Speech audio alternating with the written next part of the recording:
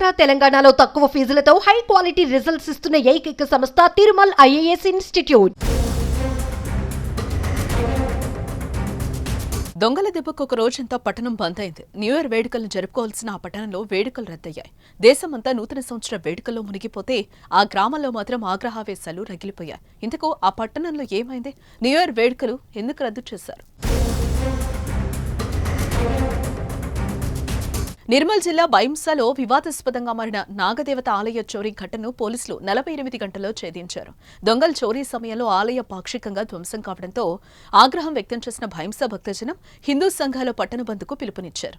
గత ఏడాది డిసెంబర్ 31న ఘటన జరగగా జనవరి 1న బైంసా పట్టణం బంద్కు పిలుపునిచ్చాయి హిందూ సంఘాలు. దీంతో ఘటనను సీరియస్ గా తీసుకున్న బైంసా పోలీసులు నిర్మల్ జిల్లా ఎస్పీ జానకి షర్మిల ఆదేశాలతో లోతుగా దర్యాప్తు చేసి కేవలం 48 గంటల్లోనే కేసును ఛేదించారు.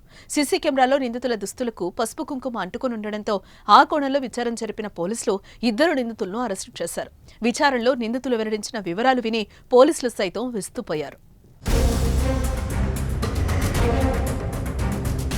బైంసా మండలం చుచుందు గ్రామానికి చెందిన విశాల్, సంఘరతన్ అనే ఇద్దరు స్నేహితులు న్యూ ఇయర్ వేడుకలను ఫుల్ జోష్లో జరుపుకుందామని అనుకున్నారు. పార్టీ చేసుకునేందుకు అన్ని ప్లాన్ చేసుకున్నారు. మందు, విందు, పార్టీకి డబ్బులు కావాలిగా, అందుకే భారీ స్కెచ్ వేశారు. అనుకున్నదే తడుగా ప్లాన్ అమలు చేశారు. ఇందులో భాగంగానే నాగదేవత ఆలయానికి వెళ్లి మందిరం తాళం పగలగొట్టి లోనికి వెళ్లి దొంగతనానికి పాల్పడ్డారు.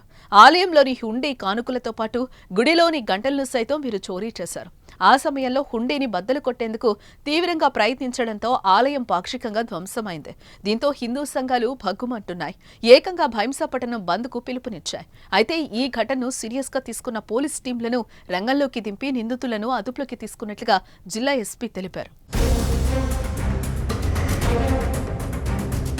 బైంసా రూరల్ మండలానికి సంబంధించిన కుంచూర్ విలేజ్ కి కానిస్టేబుల్ వీళ్ళు.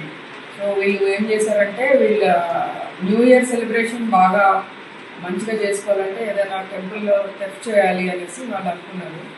అంటే మీరు అనుకోవచ్చు గుడిని ఎందుకు వీళ్ళు టార్గెట్ చేశారనేసి. యాక్చువల్లీ అఫెండర్స్ డిఫరెంట్ ఎంబోస్ ఉంటారు. హౌస్ బ్రేకింగ్ ఎంబోస్ చేసేవాళ్ళు, అంటే ఇంటి దొంగతనాలు చేసేవాళ్ళు, చైన్ స్నాచింగ్ చేసేవాళ్ళు, దారి దోపిడీ చేసేవాళ్ళు, అలాగే టెంపుల్ చేసేవాళ్ళు ఉంటారు సెపరేట్గా. వాళ్ళు అవే చేస్తూ ఉంటారు. సో అందుకని ఫస్ట్ వాళ్ళు ఈ గడ్డెన బాగుకి వెళ్ళే దారిలో హనుమాన్ టెంపుల్ ఉంటుంది కదా పెద్దది, అది చేద్దామని వెళ్ళారు. అక్కడ వీలుగా లేదు. సో దీనికోసం వచ్చారు. తర్వాత వచ్చాక అక్కడ చూస్తే హుండీలో పెద్దగా లేవు డబ్బులు, కొద్దిగా నాణ్యాలు అవి తీసుకున్నారు. తర్వాత ఇవన్నీ దొంగతనం చేయడం జరిగింది.